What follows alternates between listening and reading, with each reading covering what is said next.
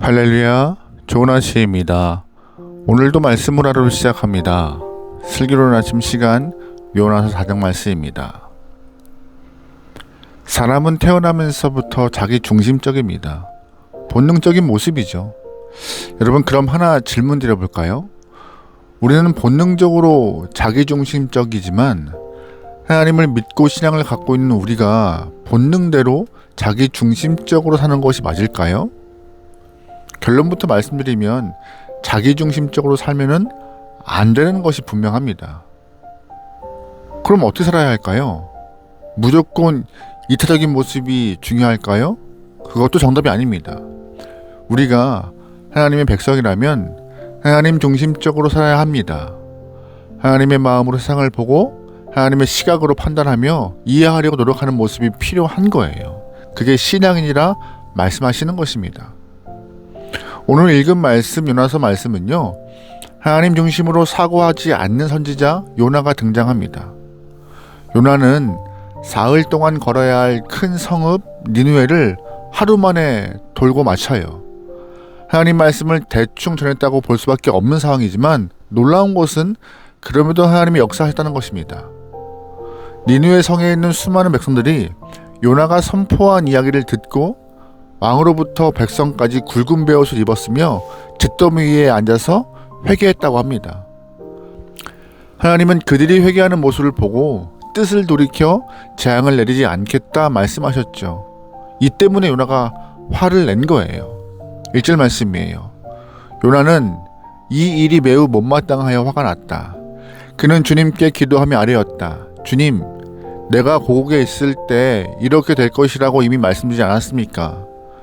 내가 서둘러 스페인으로 달아났던 것도 바로 이것 때문입니다. 하나님은 은혜로우시며 자비로우시며 좀처럼 노하지 아니하시며 사랑이 한없는 분이셔서 내리시던 재앙마저 거두실 것임을 내가 알고 있었기 때문입니다. 주님, 이제는 제발 제 목숨을 나에게서 거두어 주십시오.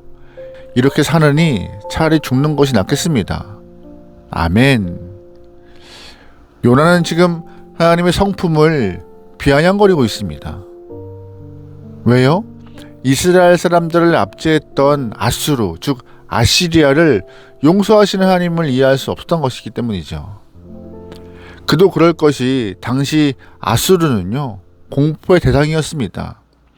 하느님의 손자 아슈르바니팔은 포로를 잡으면 우선 입부터 찢었대요.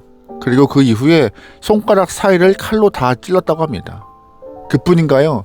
그 다음이 왕이었던 디글랏 빌레셀은 적을 잡으면 묶어놓은 채로 껍질을 벗긴 이후 서서히 말려 죽였대요. 그리고 또한 죽은 시체의 살점을 다 도려내어서 뼈를 쌓아 자랑했다고 합니다. 그만큼 아수르는 잔인하고 무자비한 야만국이었습니다. 그런데 하나님이 그런 아수르를 용서한다고 하니 요나의 입장에서는 화가 날 수도 있을 것 같은데, 그래서 요나는 하나님 앞에서 화난 모습을 직접 보여요. 5절 말씀입니다. 요나는 그 성읍에서 빠져나와 그 성읍 동쪽으로 가서 머물렀다. 그는 거기에다가 초막을 짓고 그 그늘 아래에 앉았다. 그 성읍이 어찌 되는가 볼 셈이었다. 아멘. 요나는 40일이 지나면 니느웨 성읍이 망하는지 안 망하는지 그 자리에 앉아서 두 눈을 지켜뜨고 1인 시위하는 것 같은 모습을 보이기 시작한 것이에요. 하나님의 입장에서 보면은 참 버릇이 없는 선지자였습니다. 그러나 하나님은 이 시위하는 요나를 심하게 다루지 않으시고 오히려 그를 배려하세요. 어떻게 해요? 뜨거운 햇빛 아래에서 시위하는 것을 불쌍히 여기신 하나님은 박넝쿨을 준비해 주시면서 해를 가려주시고 또한 뜨거운 바람을 막아주십니다. 요나는 시원함을 느끼며 크게 기뻐했죠. 하지만 그 다음날 하나님은 벌레를 준비하셨고 그 벌레가 박넝쿨을 다 갉아먹게 됩니다. 당연히 박넝쿨은 말라 죽게 되면서 요나는 더욱더 환경적으로 힘든 상황을 경험하자 하나님께 화를 내는 모습도 나와요.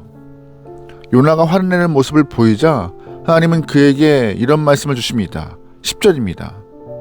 주님께서 말씀하셨다. 네가 수고하지도 않았고 네가 키운 것도 아니고 그저 하룻밤 사이에 자라났다가 하룻밤 사이에 죽어버린 이 식물을 네가 그처럼 아까워하는데 하물며 좌우를 가릴 줄 모르는 사람들이 10여 명이 더 되고 짐승들도 수없이 많은 이 큰 성읍 니느웨를 어찌 내가 아끼지 않겠느냐. 아멘. 이 말이 정답이에요. 요나는 박넝쿨을 위하여서 한 일이 없습니다. 그는 박넝쿨 때문에 심지도 않았고 박넝쿨을 키우지도 않았고 마음 쓴 적이 없어요. 그런데 자신의 앞에서 박넝쿨이 사라지자 불같이 화를 낸 것입니다. 요나는 사라진 박넝쿨을 향하여서 또한 박넝쿨을 주신 하나님을 향하여서 분풀이하고 있다는 것처럼 느껴지죠. 하나님은 그런 요나를 책망하십니다. 너는 하룻밤 났다가 하룻밤 만에 말라버린 이 박넝쿨을 아까워서 이리도 화를 내는데 니느웨 성에 있는 백성과 가축을 내가 어떻게 아까워하지 않겠느냐. 아까워하는 거 당연하지 않아? 라고 말씀하시는 거죠. 요나 선은 이 하나님의 질문의 끝으로 막을 내립니다. 사실 요나가 하나님의 말씀에 어떻게 답을 했는지 알 길은 없어요. 궁금합니다. 그러나 하나님께서 이 말씀을 통하여서 우리에게 주시는 교훈은 분명합니다. 바로 하나님 중심으로 사고하고 판단하는 것입니다. 우리는 자기중심적으로 살아가는 데 익숙해요. 요나의 입장에서 아수르를 보면 민족을 힘들게 한 적대국임은 분명합니다.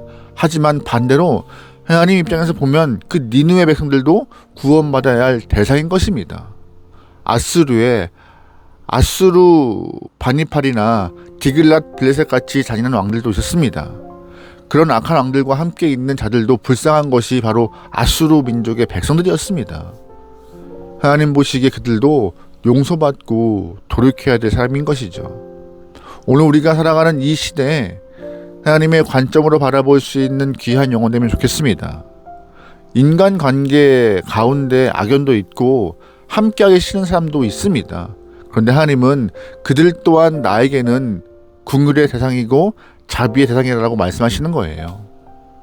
우리 한 사람 한 사람이 하나님의 마음을 가진다면 세상은 달라질 것입니다. 우리 모두가 하나님의 입장이 되고 하나님의 시각을 갖고 세상과 사람을 바라본다면 세상은 이처럼 혼탁하지 않을 것입니다. 오늘 말씀을 꼭 기억하시기 바랍니다. 요나서의 결론은 하나님 입장에 살아가는 것입니다. 교회도 하나님의 입장으로 목양을 하고 세상을 바라봐야 합니다. 우리 개인도 하나님의 입장이 되어서 세상과 사람을 바라봐야 합니다. 요나가 처음부터 하나님의 입장이 되었다면 다시 스스로 도망가지 않았을 것이고 말씀을 대충 전하는 일도 없었을 것입니다. 여러분 그러기에 오늘 하루도 하나님 입장에서 최선을 다할 수 있는 귀한 여러분의 삶 되길 소망합니다. 기도를 통해서 하나님의 입장을 깨닫고 하나님의 마음을 알게 달라고 간구하신 여러분이 되어서 그대로 행할 수 있는 지혜롭고 순종의 영혼 되기를 주의로 축원합니다. 아멘. 기도하시겠습니다. 사랑의 하나님, 우리 마음에 내 중심적으로 하고 싶은 생각이 강하나 성도로서 내 중심이 아니라 하나님의 중심과 하나님의 마음과 하나님의 관점으로 살아갈 수 있는 거룩하고 온전한 그리스도인들에게 역사하여 주시옵소서. 나 중심을 넘어서 하나님 중심으로 살아가기를 소망하는 하나님의 마음을 알게 됩니다. 하나님, 어떤 상황이든 누구를 만나든 언제나 하나님의 마음을 대변할 수 있는 귀한 영혼, 하나님의 뜻을 선포할 수 있는 귀한 성도들에게 기름 부어 주시옵소서. 모독을 맡기오며 예수님의 이름으로 기도합니다. 아멘.